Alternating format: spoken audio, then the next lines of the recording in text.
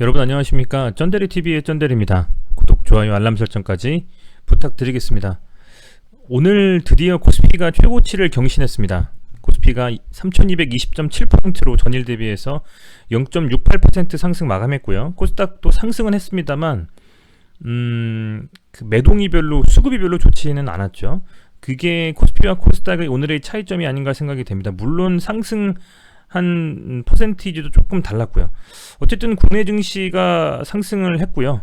전일 미국 증시가 사상 최고치를 가면서 차익 신호이 좀 나왔죠. 그럼에도 불구하고 오늘의 우리 국내 시장은 괜찮게 흘러갔다라는 점이 상당히 좀 고무적이다라는 좀 생각이 들고요. 이제 정부에서 오늘 이슈가 됐었던 거를 얼핏 살펴보면 비트코인 관련된 거래에 있어서 상당 부분을 단속하겠다라는 미디어에 노출이 좀 있었습니다. 그래서 그런 부분들로 아마 많은 코인들을 매매하고 계신 우리 구독자분들이 있으시다면 상당히 좀 조심스럽게 매매하시면서 부디 수익으로 잘 마감하셨으면 좋겠습니다.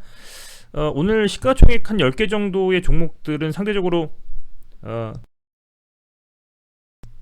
혼조세를 좀 이뤘고요. 특히 코스피가 상승했음에도 불구하고 현대차와 셀트리온 두 종목은 좀 하락을 한 부분이 조금 특이점이 아닌가 생각이 됩니다. 코로나 라이브를 통해서 본 현재 시간 17시 13분의 확진자 수는 245명입니다. 4월 18일, 19일 이렇게 양일간 주말을 좀 거치면서 500명대로 좀 떨어졌고요.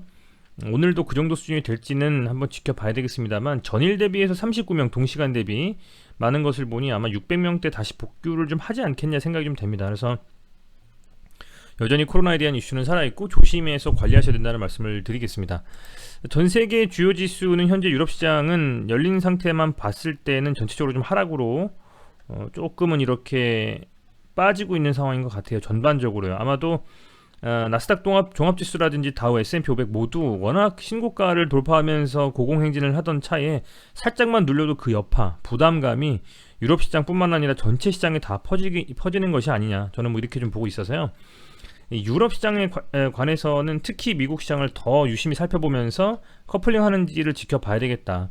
아울러서 우리 시장도 지금 신고가 행진을 벌이고 있는데 미국이나 유럽이 갑자기 빠져버리면 그게 우리 시장에도 영향을 줄 수가 있거든요. 그래서 그런 부분들을 잘 감안하셔가지고 매도 타이밍을 정하셔야 되지 않을까, 뭐 이렇게 좀 생각을 하고 있습니다. 그런 상황이라고 좀 말씀을 드릴 수가 있을 것 같고요. 우선은 오늘 업종 차트를 좀 잠시 보면 이 코스피 같은 경우에는 3220포인트 오늘 양봉을 좀 세워주면서 역사적 신고가 다시 한번 돌파를 좀 해줬습니다. 연봉으로 봐도 오늘 조금 더 늘려볼까요?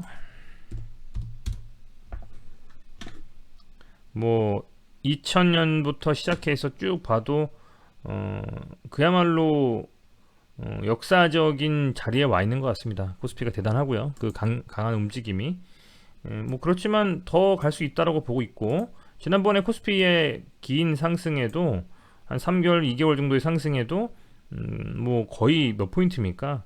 뭐 1000포인트 가까이 상승하는 부분이 있었죠. 그래서 여기부터 시작을 하더라도 한번 세게 한번 가는 흐름이 좀 더 나아주지 않겠나라고 기대를 해보면서 설사 아닐지라도요, 매매를 하는 게 맞지 않나 생각이 좀 됩니다. 특히 이 코스피는요, 오늘 외국인과 기관이 순매수를 했습니다. 외국인이 3275포인트, 3275억, 그리고 기관이 464억 순매수했습니다. 개인이 좀 털었죠. 아무래도 코스피에서 이미 지수가 이렇게 올라간 부분이 있다 보니까 대형주들 위주로 좀 상승한 측면이 없지 않아 있거든요. 그래서 상당 부분 뭐 차익 실현 물량도 좀 출회가 되고 개인들의 매도에 대한 어떤 그 움직임이 조금 더 강하게 나올 수밖에는 없지 않을까, 뭐 이렇게 좀 생각이 돼요. 그래서 그런 어떤 소위 말하는 그 이 개인들의 팔고 싶어하는 그런 마음들을 역이용해서 더 올라갈 수도 있지 않을까, 주가가. 저는 좀 그렇게 뭐 개인적으로는 보고 있어요. 코스피 같은 경우에는 20위권에 안에 들어있는 종목들 중에서 셀트리온 빼고는 거의, SK이노베이션도요, 거의 뭐 상승했고, 현대차나 모비스도 거의 보합권에서 마감했기 때문에 거의 전 종목이 다 시가총액 상위 종목들은 상승했다라고 보셔도 무방할 것 같습니다. 그만큼 오늘의 코스피 시장 괜찮았다라고 볼 수 있을 것 같고, 아울러서 이제 코스닥을 좀 잠시 본다면, 코스닥은 뭐 지금 1030포인트로 이제 1000포인트 딱 뚫어주고 나서는 상당히 흐름이 좋게 가져가고 있습니다. 그럼에도 불구하고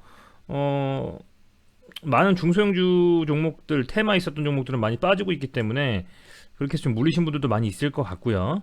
그래서 잘 대응하시면서 지금 이 시장에서는 최대한 손실을 좀 줄이면서 가는 종목들에 편승하는, 혹은 단기적으로 트레이딩을 하면서 슈팅이 나오는 종목들에 편입을 좀 해서 반짝 수익을 좀 보면서 그렇게 쌓아가는 좀 그런 흐름도, 그런 움직임도 가져가면서 나름대로의 또 매매 방식대로 운용을 하신다면 그래도 괜찮은 흐름으로 좀 더 이어가지 않을까, 이렇게 좀 보고 있습니다. 특별히 미국 시장이나 유럽 시장이 안 좋지 않다면요. 그래서 그런 부분들을 저도 좀 기대를 하고 있고요.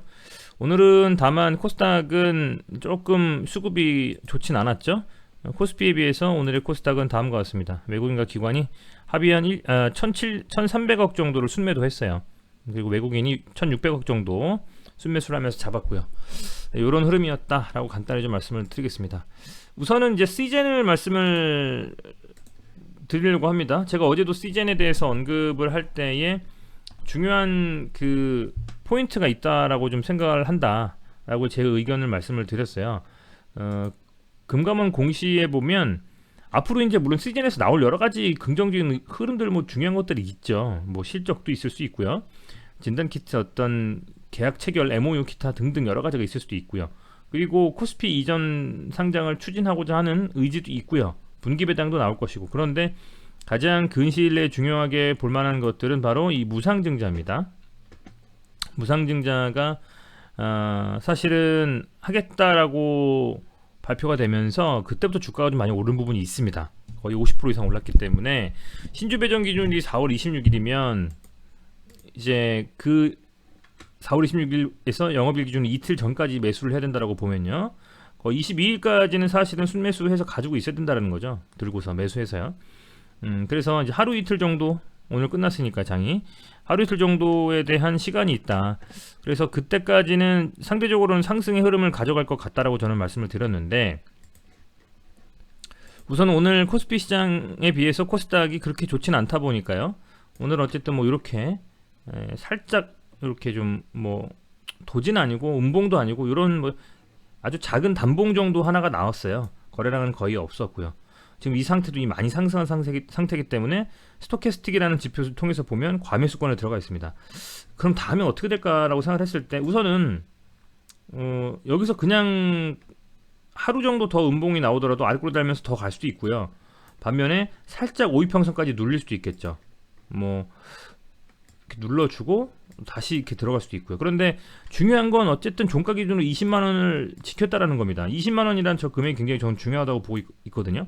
나름대로 이 20만원이란 금액은 라운드 피겨 금액이라고 보고 있어요. 그래서 상당히 좀 중요하게 지켜야 되는 금액이다, 그렇게 좀 보고 있기 때문에 하루 이틀 정도 뭐 빠지고 하더라도 어쨌든 무상증자를 받을 수 있는 권리가 주어지는 이틀 정도 뒤까지의 흐름은 큰 하락이라든지 빠지는 거라든지 그런 건 없을 거라고 보고 있습니다. 다만 그 이후, 그러니까 다음 주 월요일부터의 흐름이 어떻게 될지를 우리가 지켜보는 것이 더 중요하지 않겠냐 생각이 되고요. 그럼에도 불구하고 그 시간이 됐는데도 주가가 눌리지 않고 수급이 괜찮게 흐름을 가져간다 라고 하면 충분히 이 시즌 다시 한번 22만원 돌파해서 여러분들께서 굉장히 힘들어하셨던 이 마이 구간이죠, 30만원에 대한 흐름과 요 갭을 메우러 수도 있는 가능성이 좀 있지 않겠나.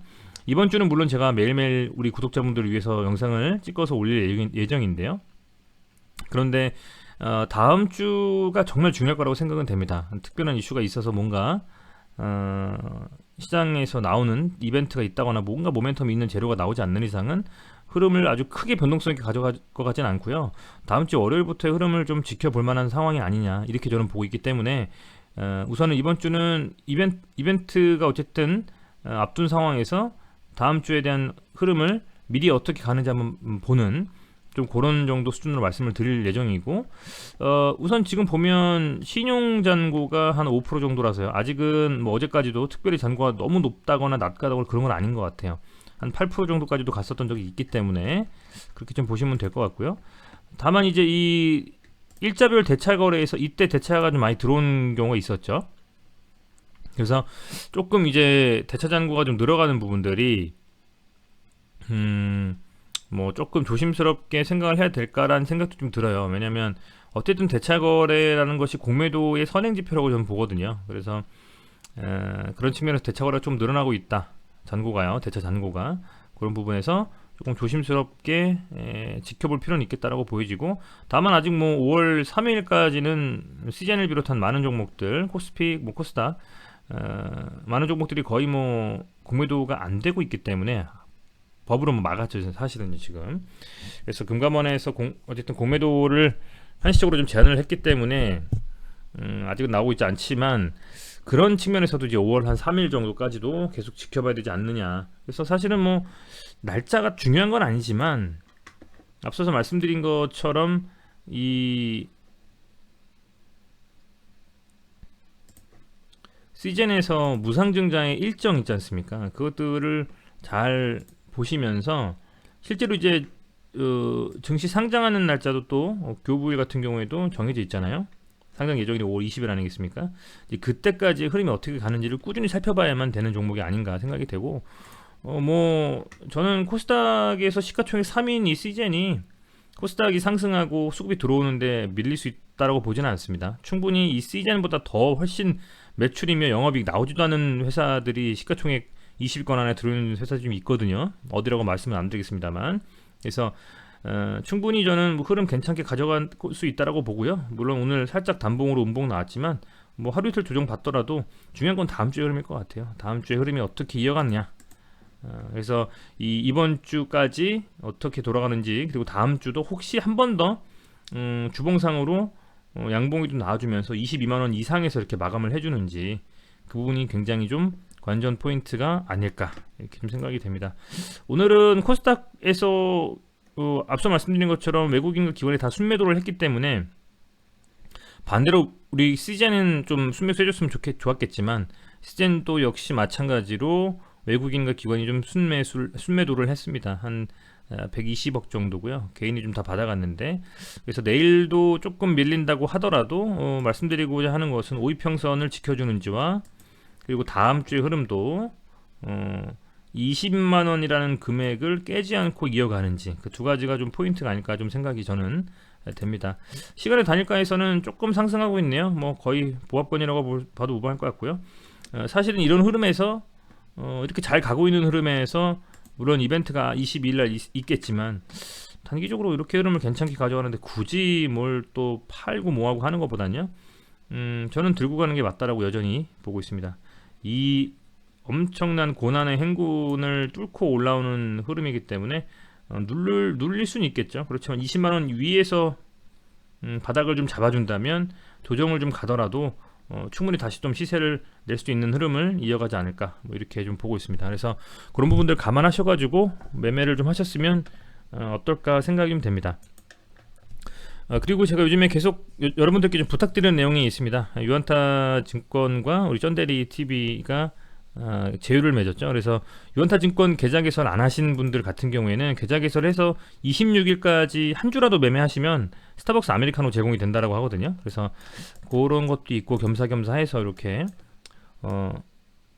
영상 보시면서 많이 도움받으셨다라고 하시는 분들은 후원해 주신다라고 생각해 주시고, 이렇게 유한타 증권 개설 하나만 좀 부탁드리겠습니다. 개설 후에 말미에 개설 확인해서 이 등록 요청이 있거든요. 여기서 계좌이체 정보 등록해 주시고 클릭해 주신 다음에 여기 계좌이체 정보 등록해서 제휴 컨텐츠 눌러주시면 한 세 가지가 나와요. 그 중에서 제휴 컨텐츠로 계좌이체를 받았다라고 해주시고 쩐대리 검색해서 등록해 주시면 제가 영상 만들고 여러분들께 해드리는 데 있어서 훨씬 더 좀 힘이 날 것 같습니다.